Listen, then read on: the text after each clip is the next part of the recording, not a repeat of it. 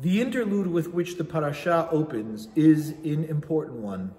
Yitro sees how Moshe is dealing with the people, and he sees that the people are standing on line from morning to night, and that it is getting to be a burden on the people, and for that matter, it will end up being a burden, says Yitro, for Moshe. Yitro says to his son-in-law, Navol Tibol, you're going to fall apart, Mo. If you keep doing this, it is not going to be good for the people. He says to Moshe, Lo tov hadavar asher ata oseh. It is not good, this thing that you're doing. Interestingly, it is the second place in the Torah, and there are only two, in which the phrase Lo tov occurs. Yitro says to Moshe, Lo tov hadavar asher ata oseh. Where is that first phrase that we hear, the first place where we hear the words Lo tov? The first place is all the way back at the beginning of the Torah, where God himself says about Adam Harishon, Lo tov heyota Adam levado. It's not good for the human to be alone. When we have occurrences like this in the Torah, when we have a phrase that is only used twice in the entire book, we would be well expected to recognize those as hyperlinks, that I should be able to see the Lo Tov of Yitro and immediately reference back to the Lo Tov of God in the Garden of Eden when he talks about the human being, and that there is issue that relates the two. And that's what I'd like to look at in this thought for this week's parasha. Yitro is saying to Moshe, look, Moses, this system is off. It's not just because you have too much work to do. The whole setup of the system, the entire situation of the system, is setting out on the wrong foot. The people are standing, waiting to talk to you all day long. What does that say to them? What does it communicate to them about your care for them, about how it is that you are watching them? What it does is definitely focus on the law. I mean, if I have to ask somebody what the nature of the law is, I better go to the top. Moses, you're the top man. There is nobody greater than you when it comes to the law. And therefore, hadavar gadol yebiyun el Moshe. The big things, the major issues, let those be brought to you, Moshe. But the reality is, if all you do is focus on the law and not on the experience of the people in accessing the law, the sanctity of the law, the value of the law, the uniqueness of the law will be lost in their misery. Moshe, Lo tov hadavar asher ata oseh. It's not good what you're doing. Similar to the not good that was man in the Garden of Eden. And what was that not good? What was that Lo tov? That there was no relationship. That he was alone. That he was isolated.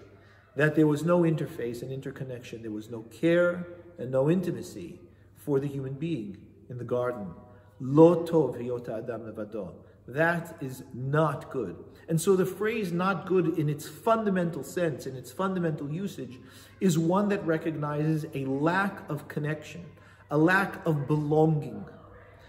Of course, Adam Harishon realizes that he has no companion because he recognizes that he doesn't belong with any of the animals that he was naming. It is there, in that context, that the whole issue arises. God expects Adam to name the animals. And in his interactions with the animals, he does name them. And through that process, he realizes that he has no belonging of his own in the garden, in his life, in society. And so God says there needs to be companionship. There needs to be some social connection for the Adam in which there is a feeling of belonging. And what Yitro was saying to Moshe with that code, Lo Tov, was, Moshe, you are creating a situation in which the people may be able to access the law itself in technical terms, but the context of the law, the surrounding aspect of the law is stark, and it isn't holding the people appropriately. They don't feel like they belong to it. And the reason why is because they're standing online from morning to night, waiting and waiting and waiting. And so they are tired, and they are agitated, and it takes away from them the feeling of meaning and value that ultimately the law maintains. And yes, it should be ideally, Moses, that the people want to be able to wait online all day to be able to have the FaceTime with you, but they aren't on that level, and they don't recognize it that way. You do, Moshe, but they do not. And therefore, lo tov hadavar asher ata oseh. It's not a good thing you're doing. You need to create a system in which the people feel that they are heard, that they are valued, and in which they belong. And so, get people in to help you, because you, Moshe, will not be able to do this on your own. Bring in a support system so that the people can feel that they are part of an actual system that is meaningful to them. And that is very important for us in terms of recognizing in life in general, but certainly in terms of Torah.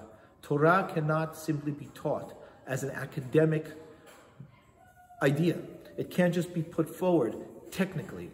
Torah, in its essence, is commanded to be taught within interface of relationship. As a matter of fact, the only place that the Torah says anything about teaching is between parent and child, that there is a system of family, a system of belonging, and that what is being taught is meaningful within that context.